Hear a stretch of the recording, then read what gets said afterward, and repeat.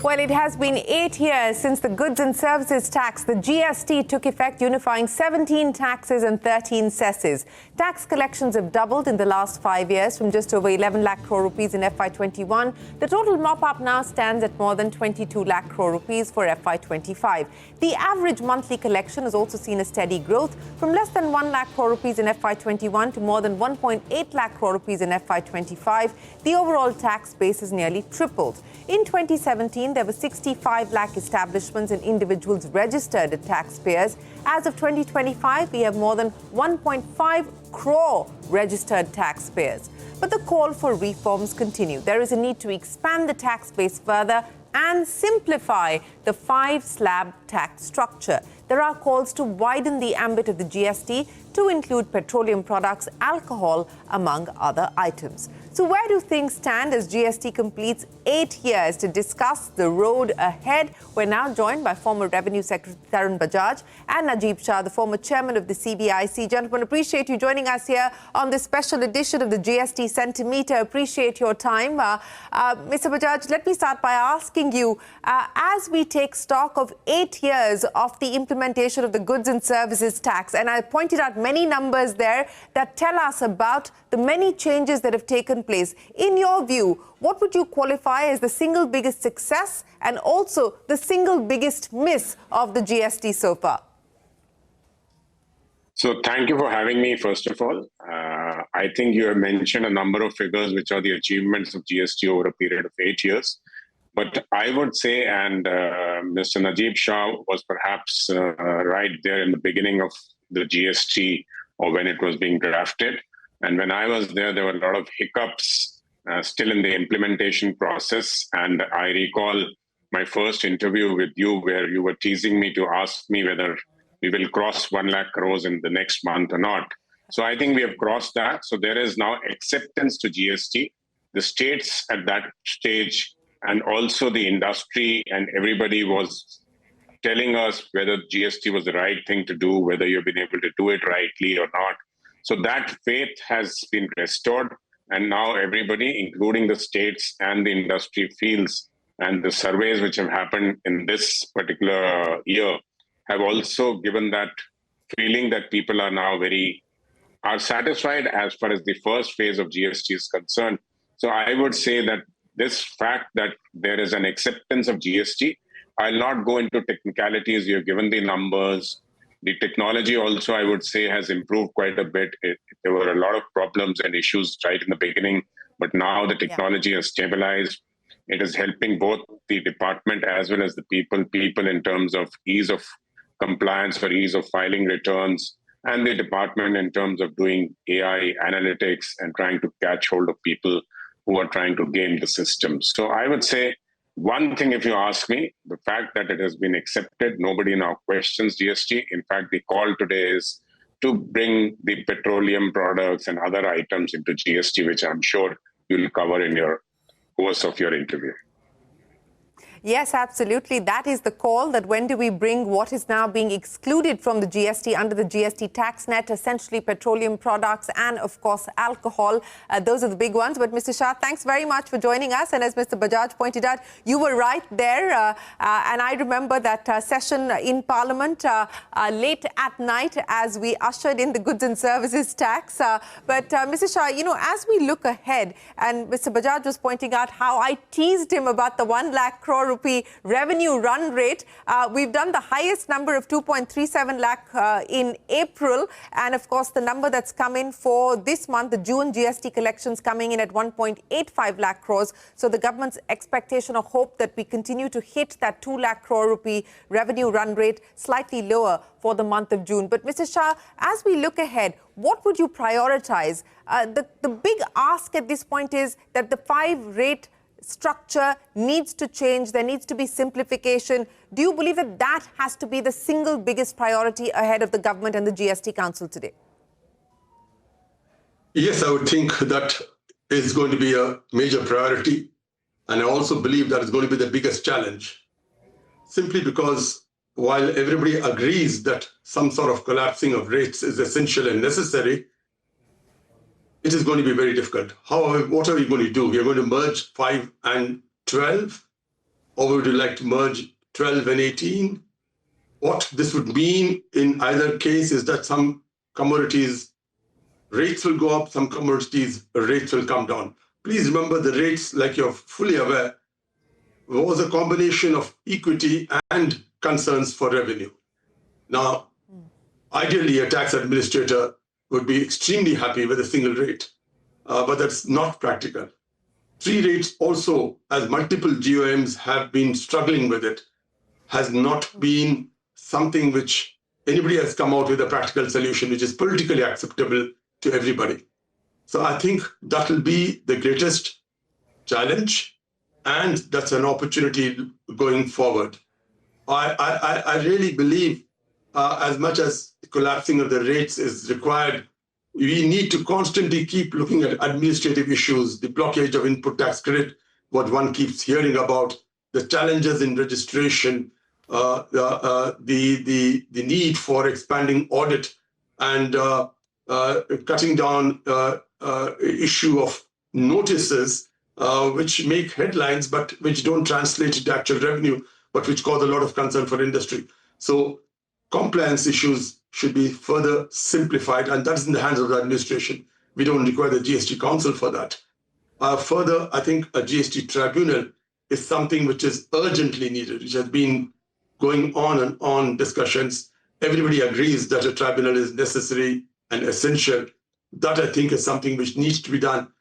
Petroleum products getting in is going to be very challenging. Neither the center nor the states are really going to be happy with bringing in petroleum products, because that means a lot of revenue for them.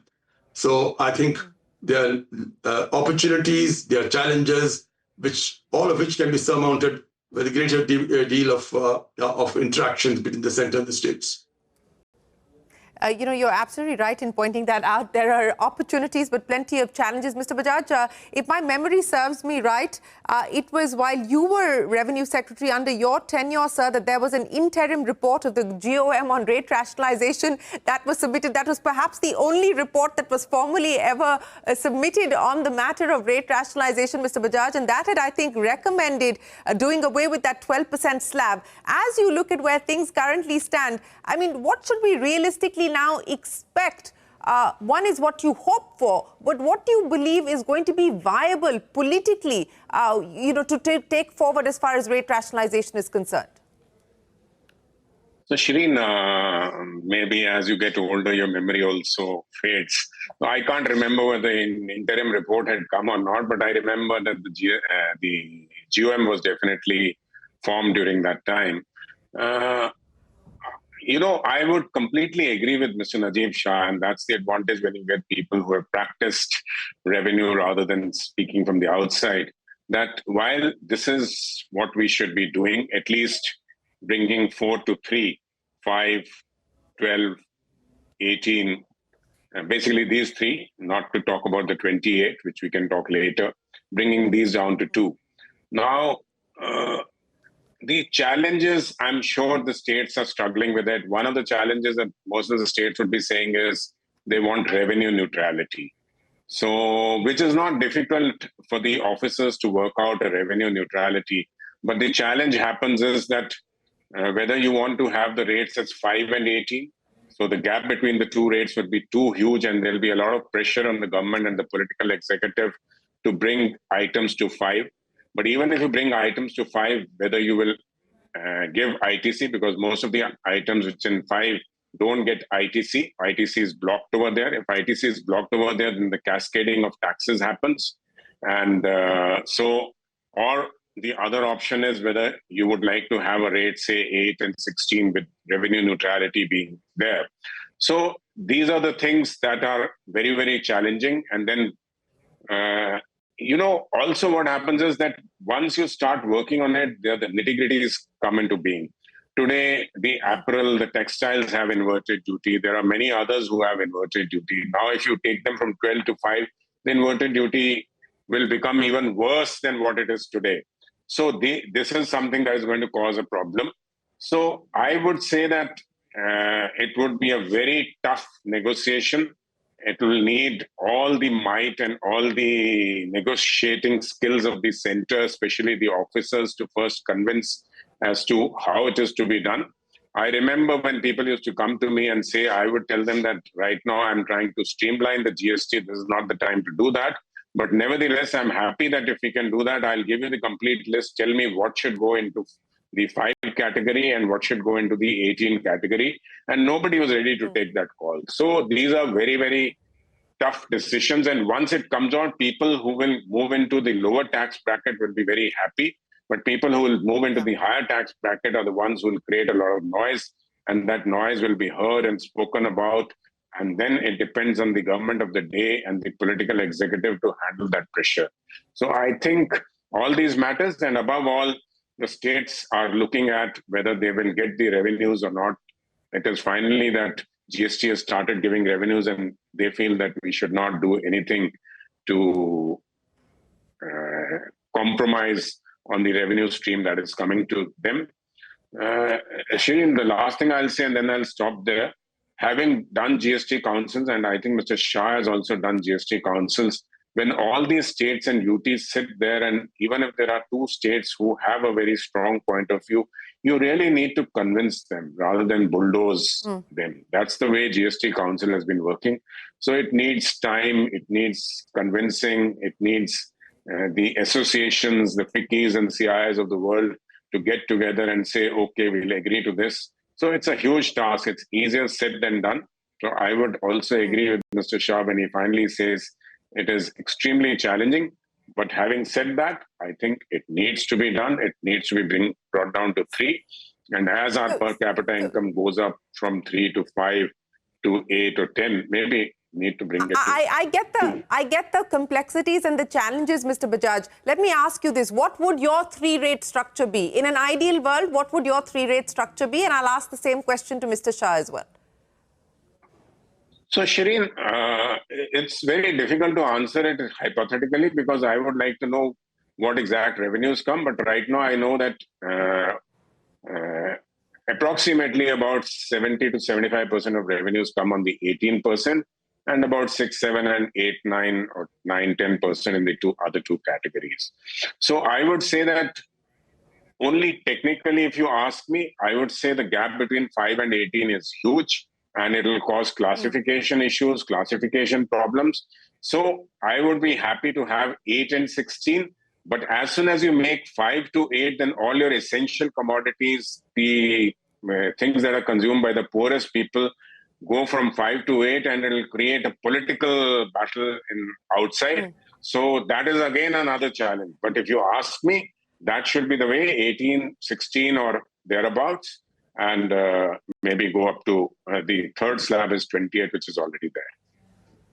Which is already there. Mr. Shah, what would your ideal structure be, sir? I couldn't hear most of what Mr. Bajaj was saying, so if I'm repeating him, forgive me.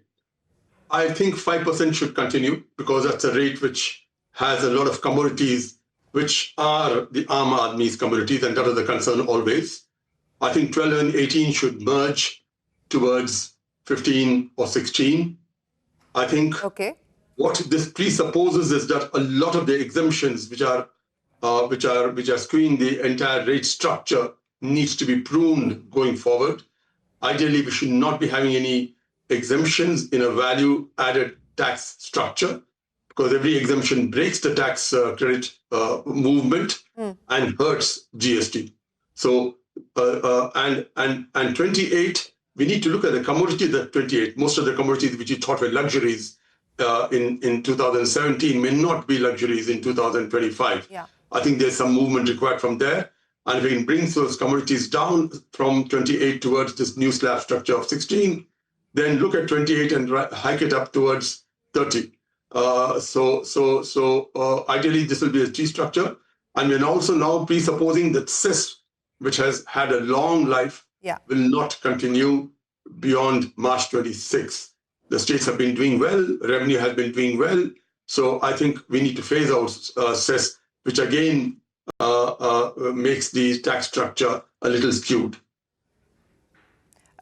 So important there, both of you agreeing that there is a need to review what lies in the 28% bracket. Many items there don't fall under either the luxury or the sin goods category. So a review of the 28 slab per se, and then of course look at whether 18 becomes 15% or 16%. Najib Shah saying keep 5% as is, and Tarun Bajaj saying perhaps 5 may need to go up to 8, but of course that's a politically sensitive call. You brought out compensation for states. We will address that issue, but after this very short break, the government report card suggesting that states have earned 46.36 lakh crore rupees between FY19 and FY24 versus 37.5 lakh crore rupees that they could have earned if the GST had not been in play. We will take a short break and return with compensation and more. Come back to us. You're watching the GST Centimeter as we take stock of the GST at 8.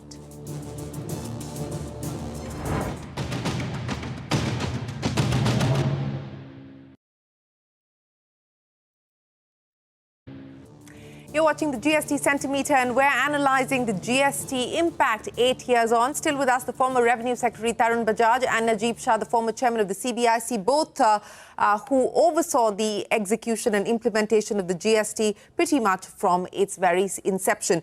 Gentlemen, let's address the issue of compensation and let's address the issue of states. I'm looking at the numbers that the government has put out. From FY19 to FY24, states, if managed with pre-GST rates, could have earned only 37.5 lakh crores. Under GST, their revenue climbed to 46.56 lakh crore rupees. The buoyancy for states improved for 0.72% pre-GST to 1.22% during 2018 to 2023, also showing the enhanced state capacity. Mr. Bajaj, now the possibility of merging the compensation cess with the GST rate itself, what do you make of what is likely or what should happen post-March 2026?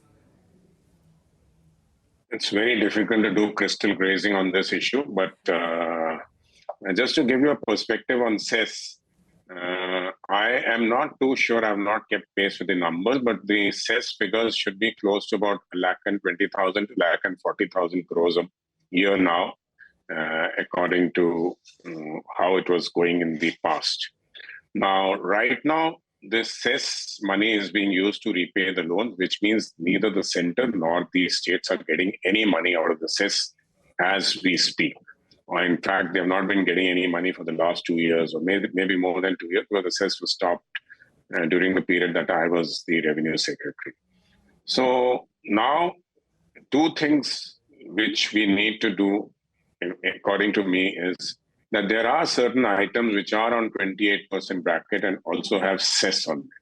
We really need to look at it, that what was there in 2017 should we continue with the same in 2025 and as we go forward. For example, even the smallest car with 1200 cc and less than 4 meter has a cess, maybe a cess of only 1%, but it does have a cess.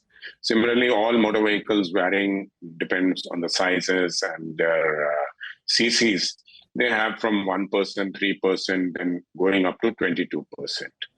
So if the cess is going to give us about 1,40,000 crores, which would come to the center if it is subsumed in the taxes, then I think there is also a case, as Mr. Najib Shah was saying, to look at the 28% bracket and bring down the rates on items like cement, which would result in loss of revenue for the states. But maybe at this stage, when you have another 1,40,000 that is likely to come to you through cess being subsumed in your taxes, I think there is a case for reducing the rates on some of the items on 28%, and also some of the issues that Mr. Najib Shah had raised, which are very, very important, is that the whole philosophy of GST was it's a value-added tax, but now the ITC is being blocked at various places. Recently, the ITC being blocked for real estate leasing out business, which was decided by the Supreme Court, has again been reversed by the government by bringing an amendment. So I think when we have this space of 1,40,000 crores, maybe the government can think of giving up 40,000 crores and bringing these kind of reforms, which will actually make GST a true GST, or move towards that. Maybe we can't do everything at the same time, but starts moving towards that. Your question was, what do we do on cess? I have two things. What I'm reading in the newspapers is that the cess is likely to be converted into another cess. Now, the question is that states will be very, very forthright to say that if any extra money is coming through cess, it should be shared with them. And I think that is a fair ask from the states, and it should be done. Yeah. Now, whether this cess can actually be replaced by another cess, whether that can happen without a constitutional amendment, I'm not too sure. I would also request Mr. Najib Shah to throw some light on that, because if that is the process, then it's a longish process. And 28% can be taken to 40% under the present laws. But if you want to raise it beyond 40, which you would require to do that, because on fizzy drinks, on cigarettes and pan masalas, you would not like to reduce the taxes which they are paying now. Maybe you would need to amend the GST tax. So either of the two options that you do, but the philosophy should be that we should share it with the states and use part of this money to bring in the reforms which Mr. Najib Shah was talking and which the newspapers and everybody is talking as GST 2.0. Yes, and TV channels led that debate and the papers followed, sir. So, Mr. Shah, let me come to you. Let me come to you with that. This business of cess, and as Mr. Bajaj pointed out, it's only a fair ask on the part of states that if a new cess were to be introduced, how will it be introduced, whether we'll require amendment at all, and what should the way forward be then, as you also look at this in the context of pruning and rationalizing the 28% basket? Cess was introduced for a specific purpose, to assure the states that GST, if it hurts your revenue, the center will compensate. Now that purpose, I think, has more than adequately been served. And now what cess has done is to have made the states dependent on this bonanza, which is coming in now, even after the guaranteed period, which got extended for the right reasons. So if the cess was, the compensation cess was to be replaced with 2 or 3 other types of cesses, which one has been hearing about, it would not be a great idea at all. Because those cesses, again, by definition, ought to be used for specific purposes. And if the purpose is to compensate the states indefinitely again for possible loss of GST revenue, which means these cesses are going to be a permanent part of our taxation policy. If the cess again has to go, obviously, you will have to look at merging it with the 28% rate, at least for the so-called sin goods, tobacco, aerated waters, etc. And the rates there will go up to 40, 45%. So be it if that is something which is acceptable to everybody. But I believe cesses need to go. The compensation cess needs to go. A lot of other cesses still continue in the union budget. If you look at the receipt budget, I think those cesses, the government should take a call in it, because GST is supposed to have brought within its fold all cesses too, which continue. Thirdly, in case we need to continue to compensate the states for something, increase it, the 28% on the sin goods, and have a rate of 40, 45%, whatever is the rate you arrive at, which will be a very, very high rate, and again be an abnormality. But if that's the way to go forward, to do away with cess, so be it. Well, that is something that is still up for discussion, debate, and there is no finality on any of those issues just yet. Of course, this continues to be a work in progress, but Mr. Bajaj and Mr. Shah, we're out of time. But let me end by asking you, many people argue that perhaps we need a GST council-like body to look at many other issues that vex and plague our democracy, to get states and the centre to work together. Mr. Bajaj, let me ask you, sir, to start with, what do you believe has been the most significant aspect of getting the GST Council together? All decisions have happened by consensus. What is the significance of the manner in which the GST is operated under the GST Council? Shireen, I also used to hear the Education Ministry and other ministries, agriculture, they're saying that we also should have a GST Council kind of mechanism. So my view on that is that there is already a mechanism under the Constitution called the Interstate Council that can discuss a number of issues. But what happens here which is in GST, which is very different from what happens in the Interstate Council, is the Interstate Council, you give out an agenda, the states come, the chief ministers speak in that meeting. They speak what they want to say as part of their state agenda. And most of the time, it's very difficult to get to a decision there, even if you have picked up 3 or 4 items. In the GST Council, what the ministers sit down in the last day and all matters come out through a consensus. There's a lot of work that goes behind it. There's a whole team of officers. There are committees. There are officers who are dealing with officers. We are also interacting with the political executive of the state. So a lot of groundwork gets done. I would say 90% of the work gets done before the council meeting is held. And in the council meeting, the 10% items, which are items of contention between the states and the center or between states, are discussed, and the maturity of the political executive gives a solution to that. So it's not easy. What you see is the outcome, but the process, the work that goes into it is far more. And I think only if you can do that, whether you can actually do that in so many other areas, I'm a little doubtful. So I would say that this is a very different ballgame, and it has been a success. Great GST Council, and I've enjoyed all my council meetings. Implicit in that statement, be careful what you wish for. Mr. Shah, before I let you go, sir, your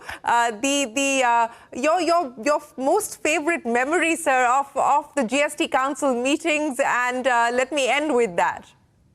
The enormous patience of Mr. Arun Jaitley to build consensus, to listen to diverse opinions, to listen to diverse political parties, and at the end of the day, guide them towards a consensus. I think that's phenomenal. But for him, I don't believe that GST would have come when it did come.